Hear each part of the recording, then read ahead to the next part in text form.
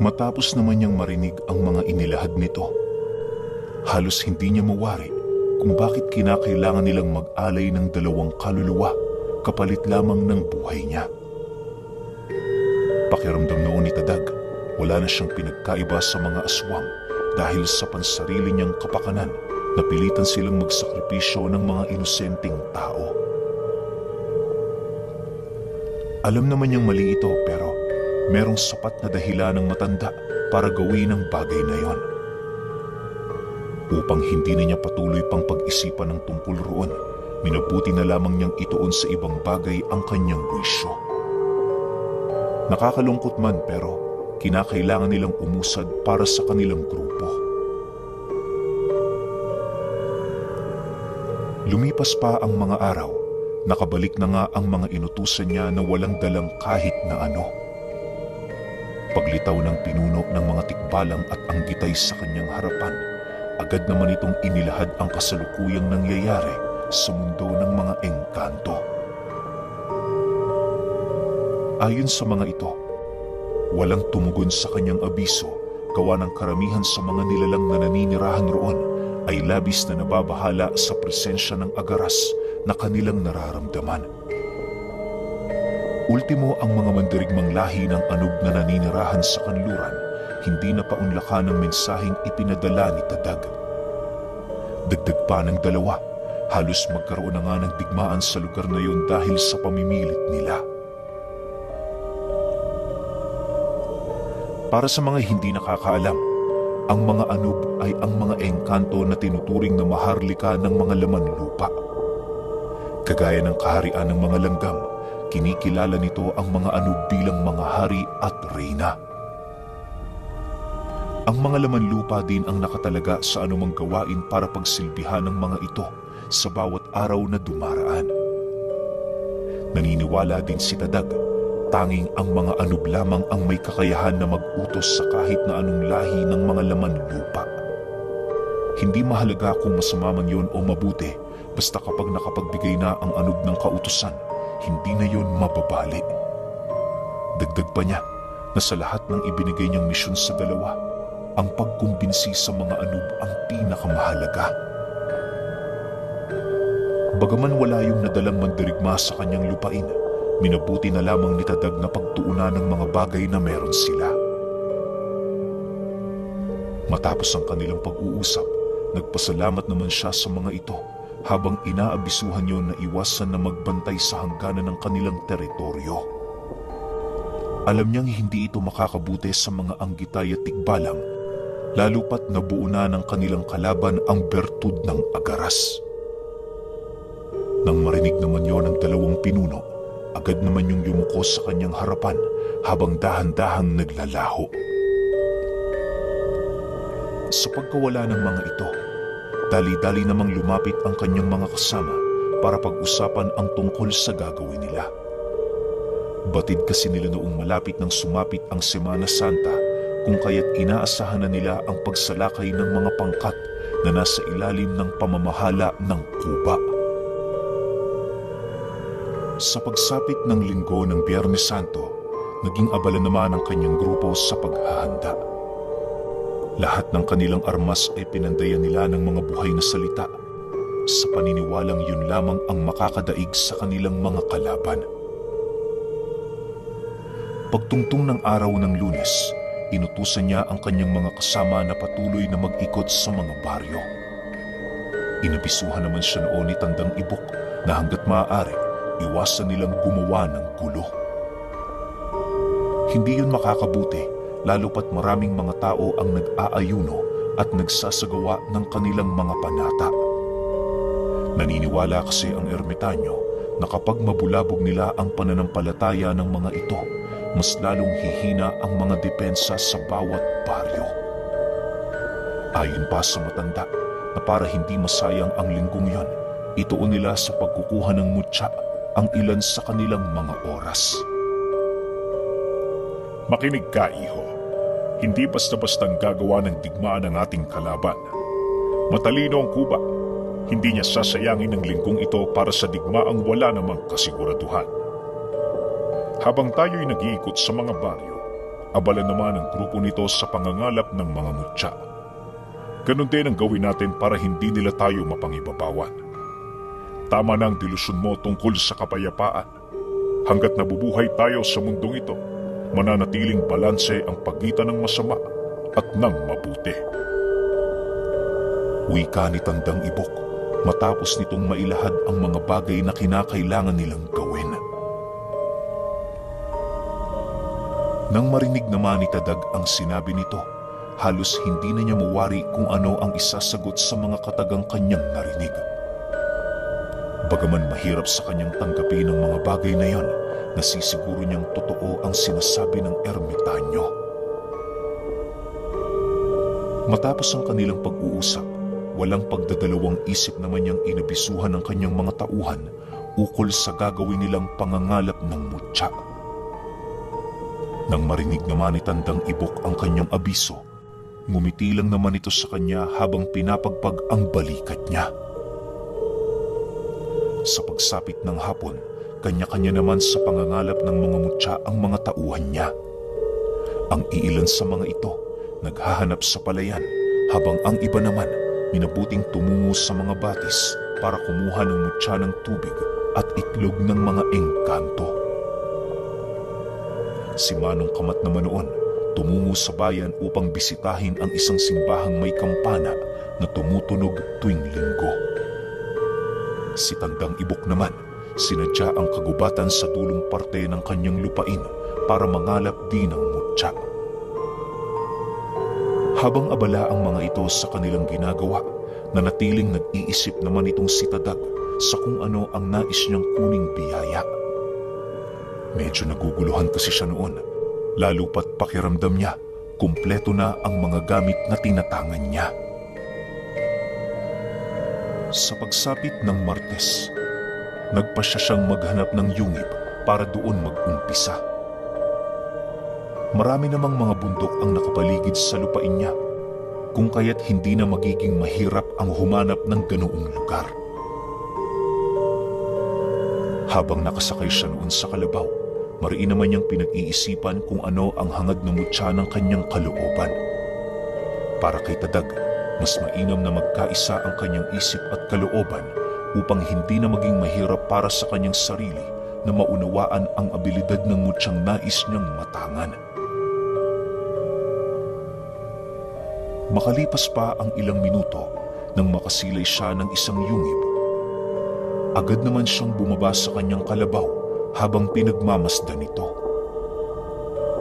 Nang magkaroon siya ng lakas ng loob para pumasok, paisa-isa naman niyang ikinalas ang kanyang bakod at puder sa katawan. Iniwan niya rin ang lahat ng kanyang gamit sa kalabaw nang sa gayoy masigurong walang dipensang papasok ang kanyang kaluluwa sa loob ng kuweba. Matapos niya itong gawin, huminga siya ng malalim habang dahan-dahang humahakbang papaloob. Sa pagdilim ng paligid, laking gulat na lamang ni Tadag nang mapansin niyang meron pala siyang kakayahang makaaninag kahit wala ng liwanag na pumapasok sa lugar na yun. Hindi naman niya ito gaanong pinansin, lalo pat maigi niya pa rin pinag-iisipan ang tungkol sa mutyang nais niyang kunin. Habang binabagtas niya ang daan papasok, mayat maya naman ang kanyang pagrinig ng mga kakaibang tunog sa paligid. Ang iilan sa mga ito, parang mga tunog ng bandorya, habang ang iba naman, animoy pagsasaya ng mga taong nagdiriwang ng pista. Dahil sa wala naman siyang ideya kung ano ang nilalaman ng kuweba, nagpasya siyang sundan ng tunog na mga naririnig niya. Sa pagpapatuloy ng kanyang paglalakad, nadapo na nga si Tadag sa parte ng kuweba kung saan merong isang masikot na pasilyo. Yun lang ang nag-iisang daan sa lugar na yon, kung kaya't wala siyang pagpipilian kundi ang pumasok. Sa pagbagtas niya ng daan papaloob, unti-unti na niyang naririnig sa kanyang isipan ang mga usal na kasabay niyang iniwan sa kalabaw. Kahit anong pagbaling niya ng kanyang isipan sa ibang bagay, tila bang patuloy pa rin yung lumilitaw, hudyat na naaamoy ng mga buhay na kataga ang panganib sa paligid. Makalipas pa ang ilang minuto, laking gulat na lamang niya nang tumambad sa kanya ang dulo ng pasilyo kung saan nakasilay siya doon ng isang pinto at dalawang sulo sa gilid nito. Sa tabi ng mga sulong nagliliyab, may nasipat siyang mga banga na naglalaman ng mga purong ginto. Hindi naman niya pinakialaman ang mga bagay na yon, lalo pat hindi siya tumungo roon para kumalap ng kayamanan. Pagsilay niya sa itaas na bahagi ng pintuan, doon bumungad sa kanya ang isang estatwa na nakanganga at animoy nagpupumilit lumabas sa dingding. Nakatitig din yun sa kanyang kinatatayuan na parabang hindi lang ito basta-bastang palamuti sa lugar. Paglalarawan dito ni Tadag, may hahalin tulad mo ang wangis nito sa isang tigre na merong mga kamay ng tao. Bagaman bato ito, kulay pula ang mga mata nito na animoy gawayon sa hindi pangkaraniwang bato. Dagdag pa ni Tadag na kahit bato ang estatwang yon, naririnig niya ang tibok ng puso nito. Maya-maya pa, bahagya naman siyang natigilan nang makarinig siya ng tinig na biglang nagsalita sa paligid.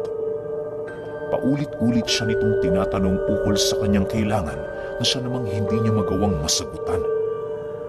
Sa punto kasing yun, aminado pa rin si Tadag na wala siyang ideya sa mutyang nais niyang makuha.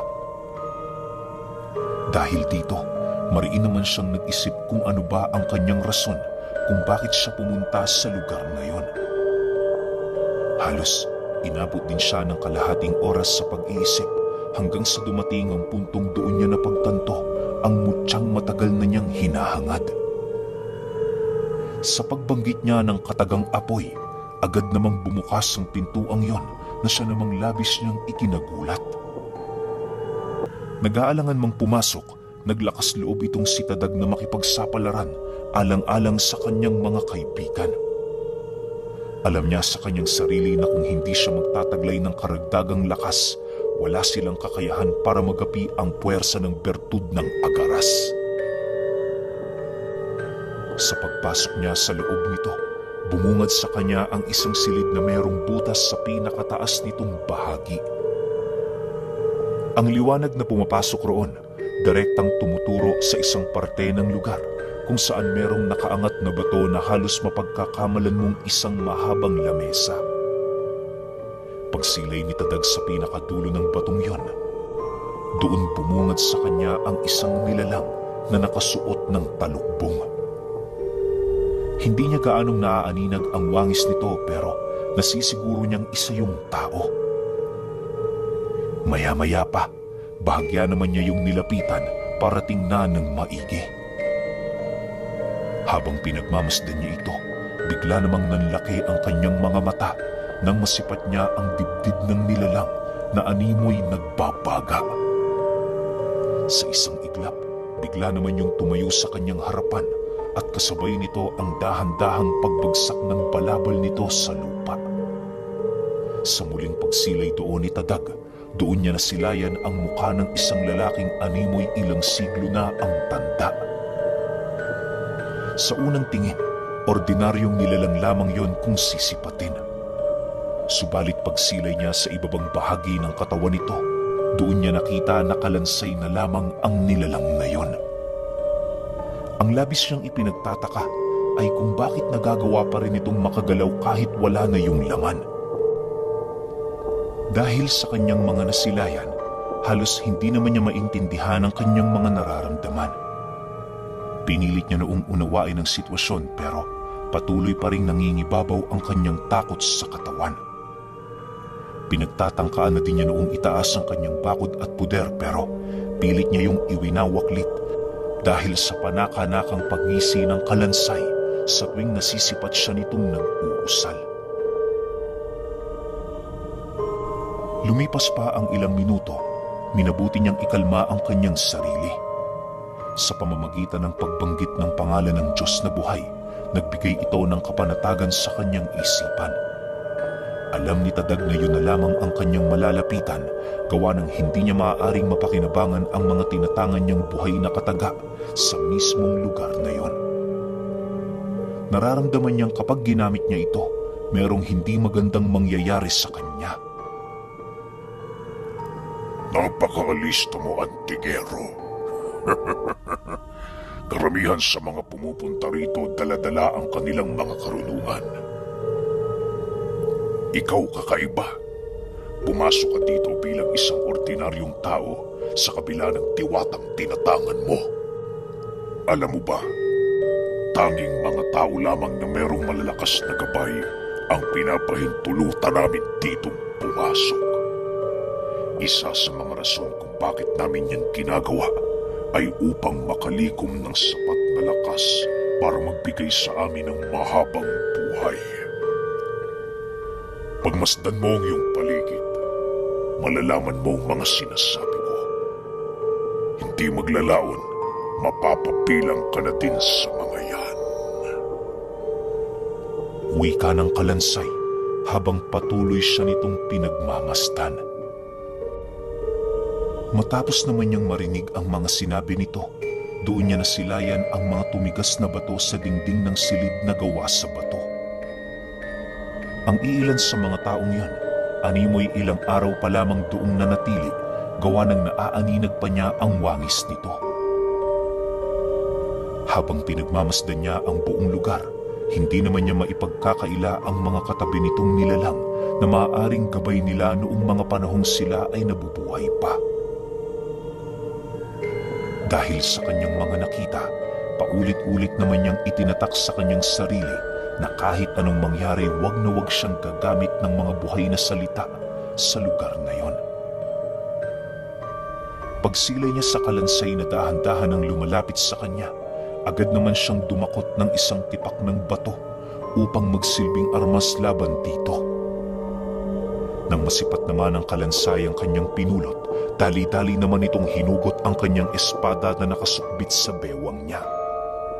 Matapos niya yung gawin, mabilisan naman yung sumugod kay Tadag upang umpisahan ang kanilang duelo. Habang nananakbo pa lamang ito, agad naman niya yung binato sa ulo habang nag-iisip ng paraan kung papaano masalag ang armas nitong tangan-tangan.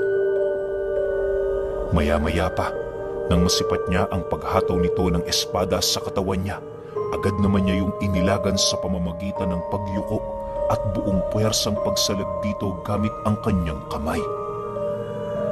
Alam ni Tadag na maaaring maputulan siya ng braso dahil sa kanyang ginawa, subalit yun lamang ang nakikita niyang paraan para magkaroon siya ng tsansang manalo sa kanilang duelo. Paghawak niya sa gitna nito, pilit naman niya yung hinugot papalayo na siyang naging sanhi upang mabitawan yon ng Kalansay. Tumilapo ng espada ng halos ilang metro ang layo sa kanila, kung kaya't hindi na ito ninais pang kunin ni Tadag. Matapos naman yung mabitawan ng nilalang, walang habas naman siya nitong pinagsasasapak hanggang sa dumating ang puntong napilitan na siyang umatras. Pagramdam niyang hindi naman gaanong mabigat ang mga sapak ng kanyang katunggali, napangisi na lamang siya habang pinag-iisipan ng kanyang susunod na gagawin. Sa muling pagsugod niya, nasipat naman niya ang pagtaas ng depensa ng Kalansay, subalit hindi ito sapat para mapigilan ang kanyang pag-atake. Sa sobrang bilis ng mga pinakawalang suntok ni Tadag, mabilis na namang gumulong ang ulo nito sa lupa. Matapos niya yung masilayan, dali-dali naman niyang hinugot sa dibdib nito ang maliit na alab, subalit bigo siyang yun ay makuha. Bago pa man kasi lumapat ang kanyang palad sa bagay na yon, nararamdaman niya ang pagkasunog ng kanyang balat. Alam niyang maaaring matusta nito ang kanyang buto, kung kaya't hindi na niya ipinagpatuloy ang kanyang naisip na plano. Inaasahan ni Tadag na gano'n ang mangyayari, lalo pat buhay pa ang Kalansay na pumuprotekta sa mutya ng apoy na kanyang nais makuha. Lumipas pa ang ilang minuto, nagawa namang maibalik ng nilalang ang ulo nito. Pagsilay nito sa kanya, mas lalo pa yung nagwala habang patuloy siyang pinipilit na gumamit ng mga buhay na kataga. Subalit, kahit anuman ang pag-uudyok nito sa kanya, nanatili siyang matatag sa kanyang pasya. Ginagamitan na din siya ng mga ilusyon ng nilalang, subalit hindi ito sapat upang siya ay panghinaan. Maya-maya pa, nang mapagtanto nitong wala talaga sa plano ni Tadag ang gumamit ng mga buhay na salita, napilitan na yung muling sumugod. Habang umaatake ito, ramdam naman niya ang panghihina ng puwersa ng kalansay. Hindi naglaon, bigla naman yung natigilan na parabang hindi na nito maipagkakaila ang pagod na kanyang nadarama.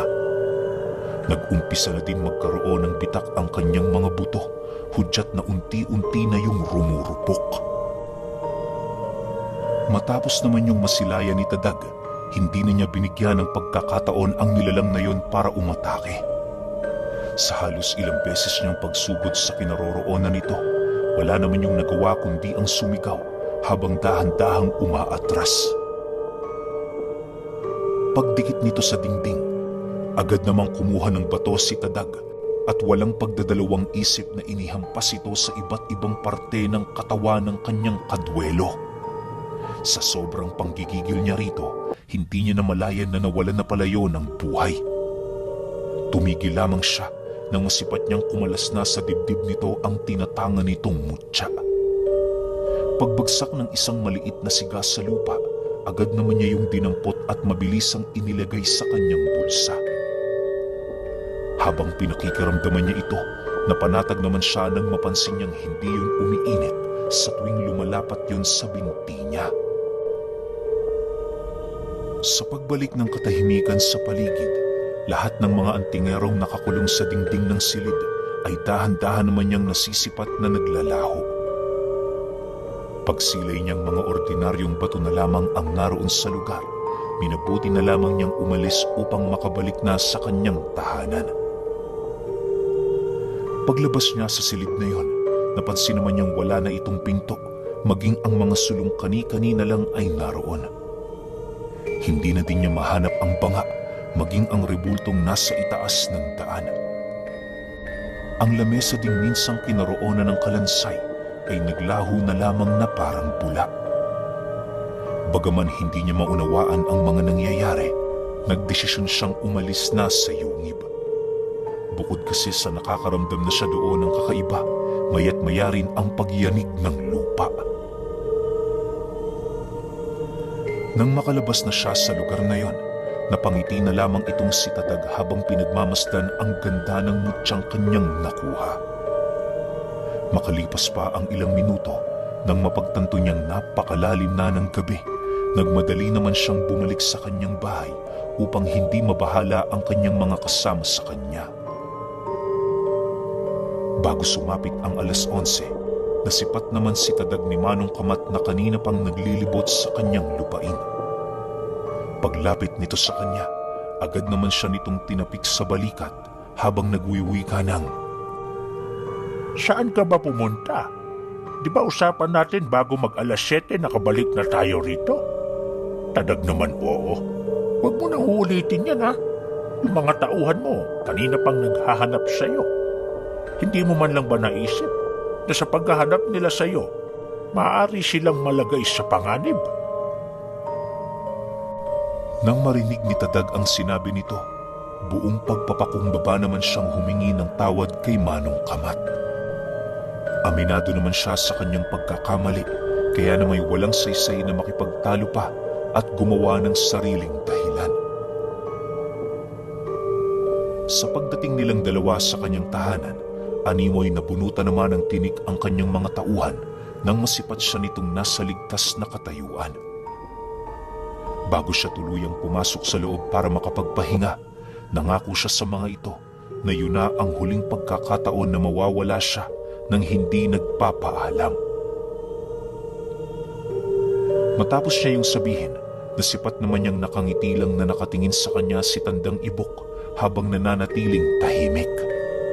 Sa pamamaraan ng pagtitig nito sa kanya, tila bang alam na ng matanda kung ano ang kanyang nakuha.